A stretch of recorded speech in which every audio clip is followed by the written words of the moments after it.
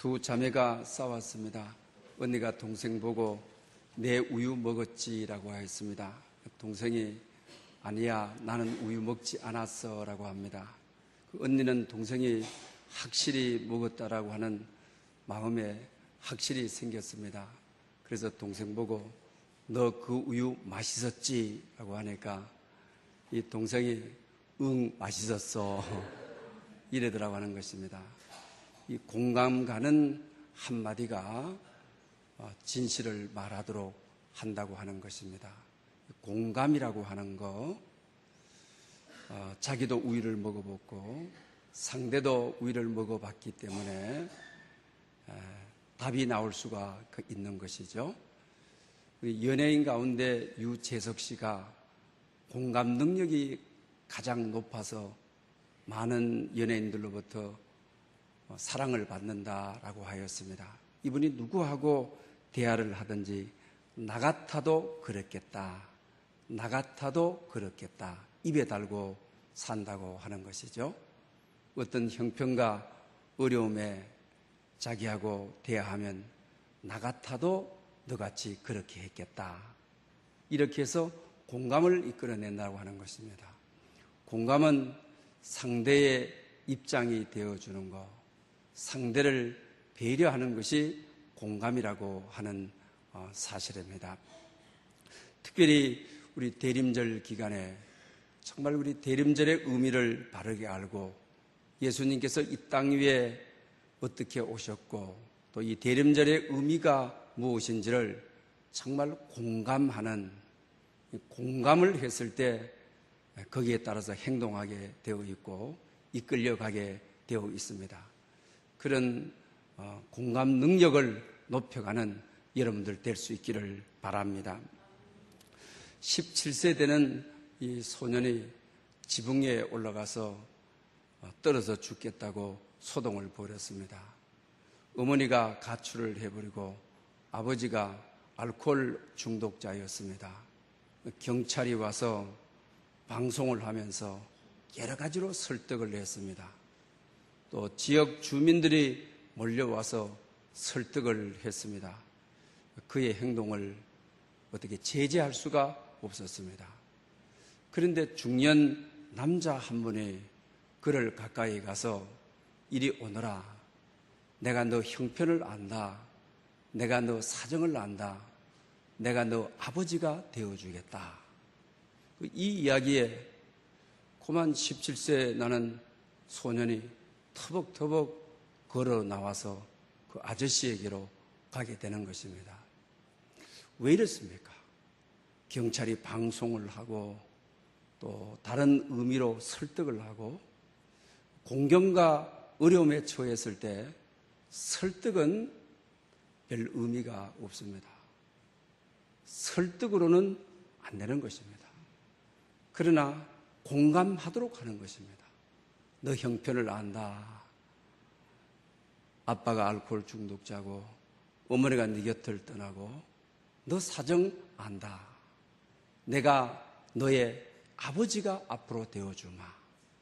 정말 이분은 그를 법적으로 입양을 시켜서 아버지가 되어주셔서 그리고 아주 오붓하게 가정을 이끌어가게 되는 것입니다. 공감하는 것이 상대의 마음을 열도록 하는 것이고 우리 공감해 주는 것이 상대의 마음을 녹여주는 것입니다. 예수님께서는 이 세상에 우리 성탄절을 앞두고 있습니다. 말씀이 육신이 되어 오셨다.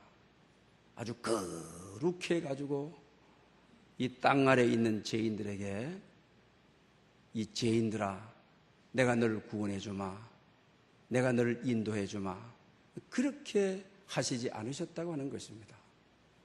정말 인간이 공감할 수 있도록 말씀이 육신이 되어 하나님이 우리와 똑같은 사람이 되어 죄인이 되어 그리고 또 출생 자체에도 여러분들은 병원은 연세든 분들이 못 간다 할지라도 그래도 따뜻한 방에서 어른들의 한양을 받으면서 그렇게 태어나셨을 것입니다. 또 현대에는 산모의 생명이 보장되어 있는 병원에서 출생을 하셨을 것입니다. 주님은 그렇게가 아니고 짐승의 먹이통에서 정말 사람이 되셔서 우리보다도 더 낮은 수준에 오셔서 공감이 되도록 내가 너의 죄를 담당한다. 그래서 내가 너를 구원할 거다. 그래서 너희들에게 하늘 가는 길을 밝혀서 내가 너의 길이 되게 주겠다. 이 탄생은 정말 우리 인생을 공감하도록 우리 인생이 주님을 공감하고 따르도록 한 사건이 우리 성탄이라고 하는 사건입니다. 우리가 이 은혜에 감사하며 우리가 감격하며 또 우리의 마음에 물이 이렇게 열려져서 성탄절을 앞두고 여러분의 신앙이 더욱더 공고해지는 그런 역사가 있으시기를 바랍니다. 신약 성경은 지난주에도 말씀을 드렸습니다만 성탄에 초점을 맞추지 않고 있다는 것입니다. 오히려 성탄을 넘어서 재림으로 나가도록 이미 과거에 오신 예수님께 머물러 있지 말고 재림으로 나가는 종말론적인 신앙을 가지도록 믿음의 진보가 있도록 우리를 촉진하고 있는 것이 대림절 기간이라고 하는 것입니다. 그래서 대림절은 예수님의 오심을 기념하고 축하하는 절기의 의미보다는 다시 오실 예수 그리스도에게 우리가 어떻게 준비하고 어떤 사람이 되어야 하느냐, 이런 가정을 우리 대림절 기간에 우리가 갖춰야 될 성도의 자세라고 하는 사실입니다. 그러나 오늘 이 시대를 돌이켜 보십시오. 또 교회 안에도 여러분 어떻습니까? 우리 성탄에 초점을 맞추어서 백화점, 또 술집, 또 거리, 또 교회 안에도 성탄에 들떠 있어서 정말 아무 우리 삶에 의미를 주지 못하는, 그래서 성탄을 앞둔 4주간을 대림절은 재림을 다시 오실 예수 그리스도를 기다리는 절기라고 하는 사실입니다. 그래서 우리 성도 한 명 한 명은 오히려 축하로 끝나는 것이 아니고 예수님의 오심을 기념하는 것이 아니라 더 믿음의 진보를 이루어 주님 다시 오실 때에 어떤 자세로 우리가 드러나야 되느냐. 오늘 보면 14절에는 평강 가운데 나타나기를 힘쓰라. 주님 재림하셨을 때 평강 가운데 정말 나타나기를 힘쓰라고 하는 이 말씀을 우리의 마음에 담아야 되겠습니다.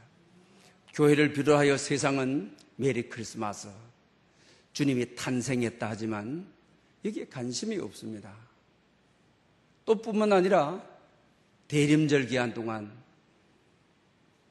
성탄을 넘어서서 다시 오실 주님을 맞이하도록 준비하고 내가 어떤 사람이 되어야 되는가, 자기를 잘 일구어가라. 오히려 더더욱이 여기에 대한 관심이 없다라고 하는 사실입니다. 예수님의 수제자였던 베드로는 오늘 본문 베드로 후서 3장 3절 이후의 말씀을 여러분들에게 읽어드렸습니다. 그러나 1절부터 5절까지 여러분 의미가 금방 와 닿는지는 모르겠습니다. 제가 좀 쉬운 성경에 나타난 대로 한번 읽어드리겠습니다. 마지막 때에 많은 세상 사람들이 자기들의 정욕을 쫓아 행하며 또 조롱하여 말하기를 예수가 다시 온다고 하는 증거가 어디 눈에 보이느냐. 보아라, 옛날 우리 조상 때나 지금이나 그 해나 그 달이 다시 뜨고 지고 있지 아니하냐. 어리석은 예수쟁이들아, 종말이 오기는 뭐가 오느냐. 쉬운 성경에 좀 와서 닿지 않습니까? 오늘 본문 우리 개역 개정보다는 쉬운 성경에서 말씀이 좀 뭔가 우리 시대에 깨우침을 주고 있지를 않습니까? 주님의 재림. 그러나 오늘 이 세상은, 교회는 오기는 뭐가 온단 말이냐? 재림이 어디 있어? 옛적에 있던 해와 달과 땅이 그대로 있지 않았냐? 오히려 이렇게 말하고 있지. 일찍이 예수님의 수제자였던 베드로는 이런 세상이 올 것을 알고 우리에게 이렇게 예언해 주고 있습니다. 그러므로 이런 시대에 정말 우리가 어떻게 살아야 되느냐? 그러면서 오늘 본문에 여러분, 성탄절을 앞둔 이 대림절은 재림에 초점이 맞춰져 있는 것이죠. 그렇다고 한다면 인생에 종말이 있다. 인생의 끝이 있다. 주님 오시는 날이, 재림하시는 날이 인생의 끝이고 종말이다. 오늘 이 시대에 우리 성도들 가운데 믿는 사람도 있고 안 믿는 사람이 있습니다. 이 세상 바깥의 사람은 오늘 본문 3절 이후에서 말하는 것처럼 이 예수쟁이들아 재림이 어디 있단 말이냐, 이렇게 세상은 말할 것입니다. 그러나 이 사실을 믿든지 안 믿든지 예수님의 수제자 베드로는 아주 분명하게 오늘 본문에 도적같이 이 말이라고 분명히 말하고 있는 것을 보게 되는 것입니다. 시간이라고 하는 것이 참 소중함. 그래서 오늘 본문에 천년을 하루같이, 하루를 천년같이, 이걸 잊지 말아라, 아주 분명하게 말을 하고 있는 것을 봅니다. 성탄이 거듭되지만은 다시 오시겠다고 말하시는 주님의 약속을 믿고 준비하는 사람들이 너무나도 적기 때문에 오늘 이렇게 우리에게 믿으라고, 성탄을 앞두고 이런 준비하고 이런 사람이 되라고 가르쳐주고 있는 것을 보게 되는 것입니다. 저도 이제 신학교에서 새벽 기도를 이제 6시에 합니다. 그러면 신학교회 때는 뭐 그렇게 강제성이 없습니다.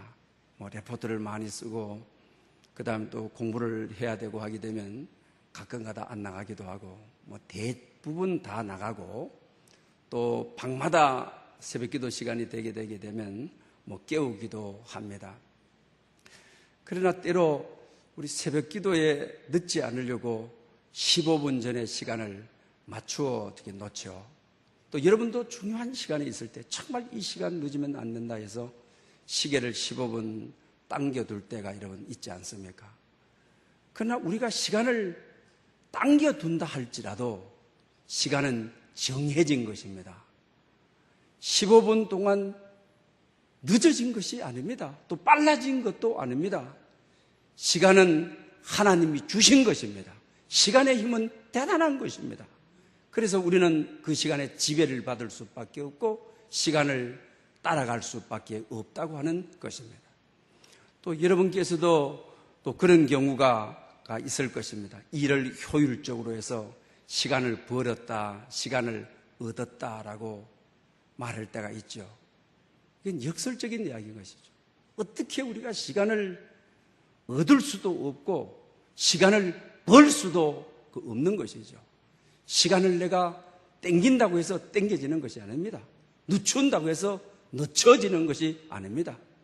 오늘 본문이 말하는 대로 하나님이 정해진 시간, 그때가 종말이고 인생의 끝인데, 오늘 우리를 향하여 믿든지 안 믿든지 그 종말의 시간은 우리에게 반드시 오고 만다라고 하는 것을 가르쳐 주는 것입니다. 자기 생일을 자기가 어떻게 조정할 수 없는 것 아닙니까? 그와 마찬가지로 종말은 정해져 있는 것이고, 믿든 안 믿든 이 시간은 우리에게 반드시 오도록 되어 있다라고 하는 것입니다. 그러면서 오늘 본문에 정말 우리가 어떤 자세로 이 대림절 기간을 종말을 다시 오실 주님을 기다려야 되느냐? 여러분에게 오늘 본문 11절 이하의 말씀을 읽어드리려고 합니다. 여러분 잘 들으시기를 바랍니다. 이 모든 것이 이렇게 풀어지리니 너희가 어떤 사람이 되어야 마땅하냐? 종말에 모든 것이 풀어진다. 하늘도 풀어주고 땅도 풀어주고 물질도 다 풀어주고 종말이 오게 되게 되면 내가 소망 가지고 세상에서 믿고 살았던 것들, 물건도 다 풀어진다. 그때에 어떤 사람이 되어야 마땅하냐? 그러면서 이렇게 답을 줍니다. 거룩한 행실과 경건함으로 하나님의 날이 임하기를 바라보고 간절히 사모하라. 그날에 하늘이 불에 타서 풀어지고 물질이 뜨거운 불에 녹아지려니와 우리는 그의 약속대로 의가 있는 곳인 새하늘과 새 땅을 바라보도다. 그러므로 사랑하는 자들아, 너희가 이것을 바라보나니 주 앞에서 점도 없고 흠도 없이 평강 가운데 나타나기를 힘쓰라. 아멘.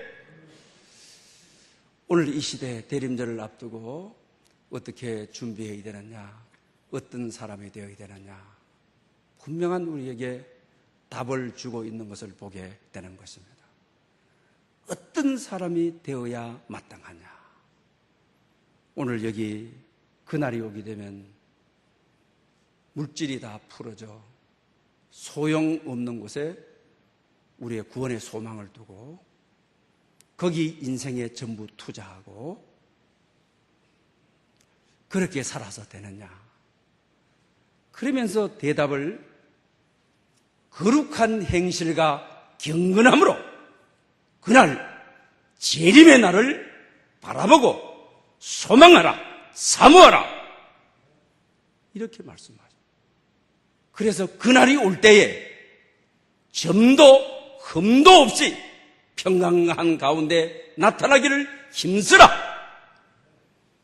재림의 날 흠없고 점없이 하나님 앞에 나타나도록 힘쓰라. 오늘 이것이 대림절을 기간 동안 살아가야 될 우리의 자세, 우리의 신앙. 다시 말하면 이 말의 의미는 종말론적인 신앙을 가지고 종말론적인 삶을 살라고 하는 의미인 것입니다. 그러면 너희가 어떤 사람이 되어야 마땅하냐? 이 첫 번째로 거룩한 행실과 거룩한 행실. 성경 전체에서 나타나는 거룩한 행실의 핵심이 뭡니까? 베드로 전서의 4장에서 서로 사랑하라. 사랑은 허다한 허물을 덮느니라. 사도행전 2장을 읽어보게 되게 되면 정말 서로 사랑하는 네 것 내 것이 없는 유무상통하는 아주 전형적인 초대교회의 사랑 공동체의 아름다운 모습을 보죠. 왜 이렇게 될 수 있었습니까? 어떻게 해서 이렇게 될 수 있었습니까? 그들은 재림신앙이 있었기 때문에, 주님 다시 오신다라고 하는 신앙이 있었기 때문에, 재림적인 삶을 살기 때문에 인생의 끝이다. 그러면 원망이 어디 있어요? 불평이 어디 있어요? 원수가 어디 있어요? 사랑할 수밖에 없는 거예요. 인생의 끝을 당해보지 않았기 때문에 아직도 내가 살아있어 가지고 원수가 있고 미워하는 것이 있고 하지, 인생의 끝을 당했는데, 주님 만날 날이 되었는데 무슨 마음에 악한 것을 가질 수 있고 무슨 마음에 도끼를 품을 수가 있어요. 주님 만나서 주님 재림하는 날, 종말이라, 인생의 끝이라, 이제 주님 앞에 평가를 받아야 되는데 내가 어떤 사람이 되어야 마땅할까? 거룩한 행실로 이 거룩한 행실의 정점이 사랑이라고 하는 거죠. 사랑은 허다한 허물을 덮는다고 하는 거예요. 월터 그린의 사랑으로 움직이라 이 책을 여러분 소개를 많이 감사에 대해서 소개를 했습니다. 자기 아버지가 53세에 세상을 뜨고 자기가 53세가 되니까 죽을 것 같아요. 내 인생의 끝부분이 왔어요. 그래서 내가 어떻게 해야 되느냐. 내일 죽는다 할지라도 어떻게 하면 후회롭지 않는 삶을 사느냐.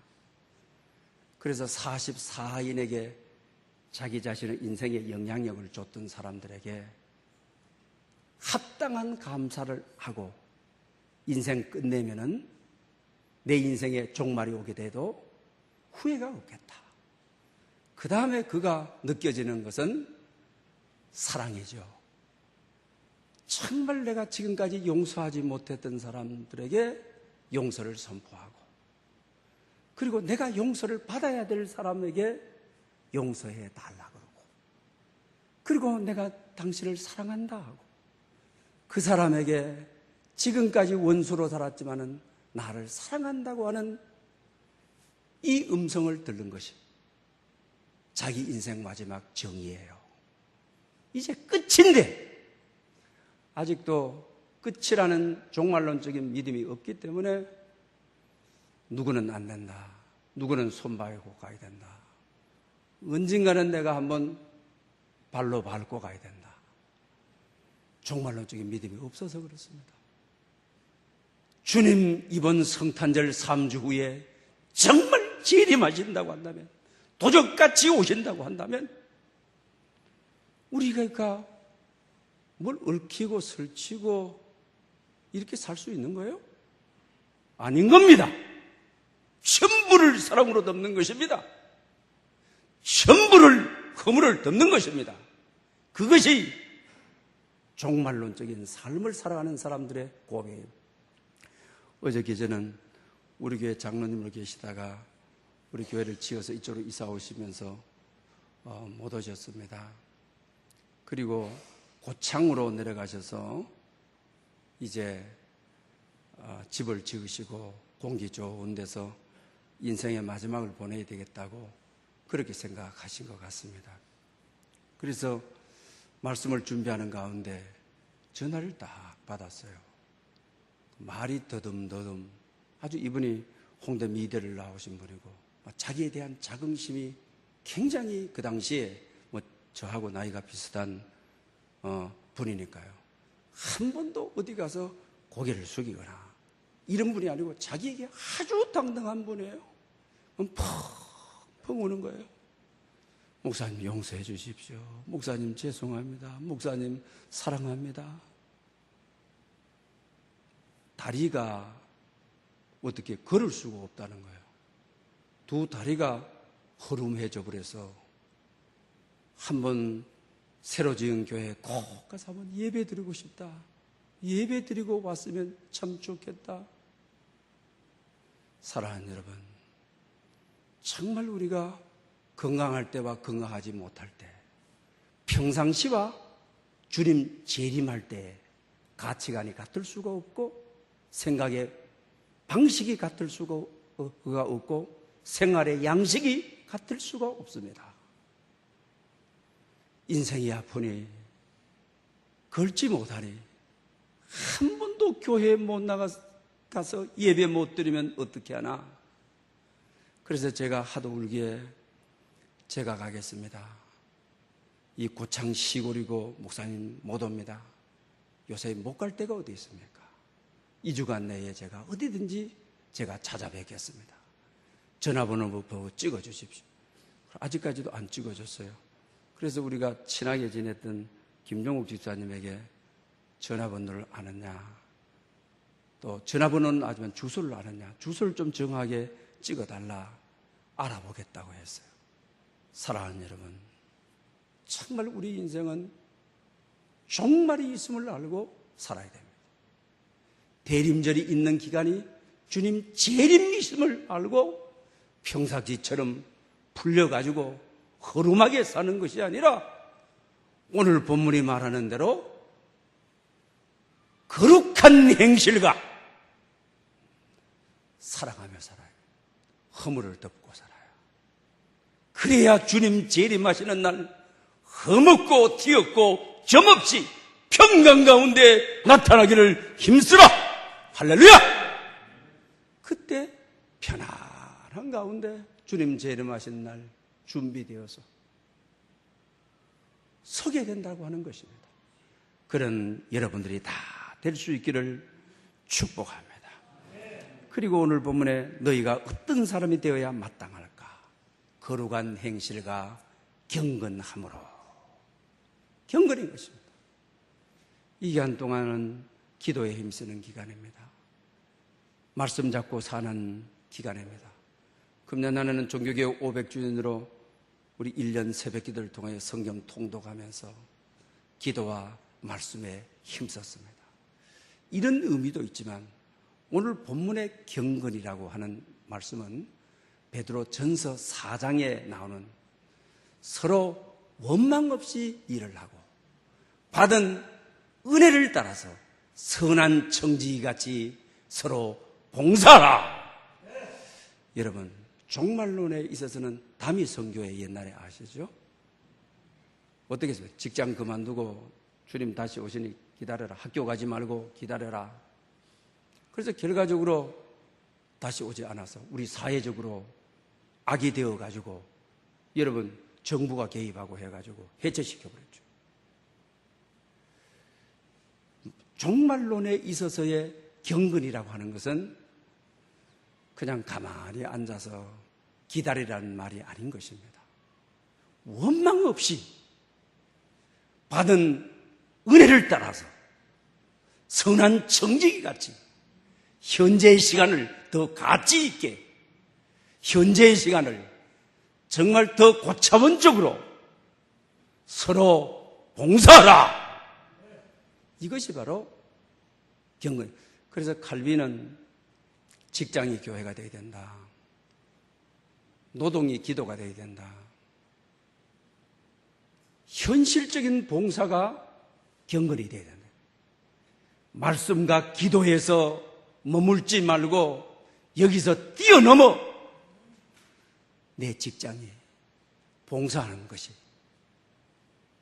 경건이 되어야 된다고 하는 것입니다. 이럴 때 주님이 재림하셔도 흠도 티도 점도 없이 나타나게 되는. 그런데 오늘 우리 현실 속에서 정말 깊게 생각해 보면 주님께서도 마태복음 25장에 보면 그런 말씀을 하시게 되죠. 우리 인생을 달란트에 비유하지 않습니까? 이 달란트 비유를 통해서 정말 하나님께서 우리에게 준 것이 많다. 그리고 달란트는 내 것이 아니다. 하나님이 맡겨주신 것이다. 건강도 마찬가지고 지식도 마찬가지고 물질도 마찬가지고 자녀도 마찬가지고 맡겨주신 것이라고 하는 거죠. 그리고 주인이 와서 결산하는 날이 있다. 한 달란트 남겨뒀던 사람은 숨겨두었다가 악하고 게으른 종아, 2달란트 사람은 2달란트를 남기고 5달란트는 5달란트를 남겼을 때 착하고 충성된 종아, 창세전에 예비한 나라로 들어갈 자다. 여러분, 우리에게 있는 모든 것은 하나님의 선물입니다. 맡겨주신 것입니다. 그러므로 청지기처럼 서로 봉사해야 재림의 날 점도 흠도 없이 평강 가운데 나타나게 되는 것입니다. 저는 한 해를 돌아보면서 특히 말씀을 준비하면서 한 해 동안 살아오며 여러모로 고마운 분들 준비한, 특히 점심시간에 식당에 가게 되게 되면 제가 배식을 위해서 앉아서 참 요사이 바쁜 시대에 식사를 준비해 주시는 분들, 또 우리 젊은 집사님들, 요새 젊은 집사님들 음식 쓰레기도 안 만지려고 하고 차가운 물에 손도 안 넣으려고 하는데 식사를 잘 준비해. 너무 고마워요. 너무 아름다워요. 제가 주의 종인 제가 봐서 그런데 하나님이 보셨을 때는 얼마나 아름답게 보시고 정말 서로 봉사하라! 이 경건함, 봉사의 경건함, 성도를 섬기는 봉사의 덕을 세운 이거 얼마나 귀하게 보실까. 그리고 새벽기도 나오게 되면 언제 했는지 크리스마스 장식을 다 맞춰주신 분들, 일부 예배 나와서 찬양 인도하시고 또 그 사이에 또 찬양대 지휘하게 하여 준비시키고 또 이렇게 나오셔서 찬양 인도해 주시고 정말 고마워요. 정말 감사해요. 제가 이런데 우리 하나님, 주인 되신 우리 하나님이 너에게 은사를 줬다. 선한 청지기같이 서로 봉사, 마지막 때에 봉사의 경건이 있어요. 섬김의 경건이 있어요. 불평함으로 원망함으로 하지 않고 주님 모시는 날 재림을 앞두고 내가 하고 있는 일에 정말 즐거움으로 주님 오시는 날을 예배하는 공간을 예배하는 것처럼 흠도 없고 점도 없이 평강 가운데 나타나리라. 그런 봉사가 있어, 그런 경건이 있어서 재림의 날 편안한 가운데 주님 나타나심을 기다리는, 주님 임재 속에, 주님 재림 속에 여러분들이 재림으로 나타나는 그런 은혜와 축복이 있으시기를 축원합니다. 데이비드 플랫이라고 하는 분이 레디컬이라고 하는 책, 레디컬 하게 되면 영어로 되어 있으니까 영어로 된 책이 아니냐. 물론 영어로 된 책이지만 번역이 되어 있는 책이에요. 인도네시아의 신학생 라덴을 소개하고 있어요. 그래서 어느 마을에 복음을 전가하러 가는데 그 점쟁이들이 가득한 곳이에요. 그 점쟁이들이 모여와서 막 자기를 협박하고 그래요. 그런데 갑자기 자기는 힘을 잘 쓰고, 원래 신학생이 되기 전에는 패싸움하는 깡패였어요. 그 점쟁이들 단번에 지압을 해서 집어 던질 수도 있는데 하나님께서 계속적으로 하나님의 마음을 가지도록 자기를 눌러놓는 거예요. 그러다가 이제 예수님이 왜 이 땅에 오셨는지, 왜 십자가를 지셨는지, 그리고 우리의 형벌이 왜 예수님께서 감당하셨는지, 그리고 우리에게 영원한 길을 보였는지 하는데 이분이 자기를 이게 달겨들다가 컥컥 하면서 입에 거품 불더니 죽어버리는 거예요. 복음이 얼마나 인도네시아에 강력하게 역사하시고 복음이 작동하시는지 자기도 놀란 거예요. 그 자기 교회가 부룩힐즈 교회인데 당신의 모든 삶에 메디컬 실험을 해봐라 것을 제안해요. 예수 믿어서 복받기 위해서, 건강하기 위해서, 출세하기 위해서 당신이 그렇게 예수를 믿었다고 한다면 예수 믿어서 성공하게 하기 위해서가 아니라 예수 믿어서 말씀대로 순종하기 위해서 1년만 메디컬 실험을 해라. 그 자기 교회에 1년 동안 메디컬 실험을 했어요. 예수 믿어서 예수님 이용해가지고 출세하고 성공하고 돈 벌고 이게 목적이 아니라 목적을 바르게 설정을 하라. 예수 믿어서 말씀대로 살게 하기 위하여, 순종하기 위하여, 순종하여 죄를 몰아내서 빛과 소금이 되게 하기 위하여 1년을 당신 최소한 1년만 이렇게 도전해봐라. 그러면 당신의 삶의 현실에, 삶의 모든 공동체에 복음이 작동할 거다. 복음이 역사할 거다. 사랑하는 여러분, 대림절을 앞두고 오늘 본문은 우리가 어떤 사람이 되어야 마땅하냐, 거룩한 행실과 경건함으로 그 날을 바라보고 사모하라. 정말 1년만, 아니 이 대림절 기간 동안 4주만이라도 말씀대로 순종하려고 메디칼 실험을 해보는, 정말 말씀대로 메디칼 근본적으로 정말 말씀에 매달리고 그대로 살려고 하는 몸부림과 애씀, 그럴 때 오늘 본문이 말하는 대로 주님 오시는 날 편안한 가운데, 평강 가운데 나타나는 여러분 될 수 있기를 축복합니다. 할렐루야. 영광을 받으시기에 합당하신 주님, 오늘도 거룩한 성일 아버지 전전으로 왔습니다. 성탄을 앞두고 있지만 어떤 사람이 되어야 하느냐, 우리의 의식이 없습니다.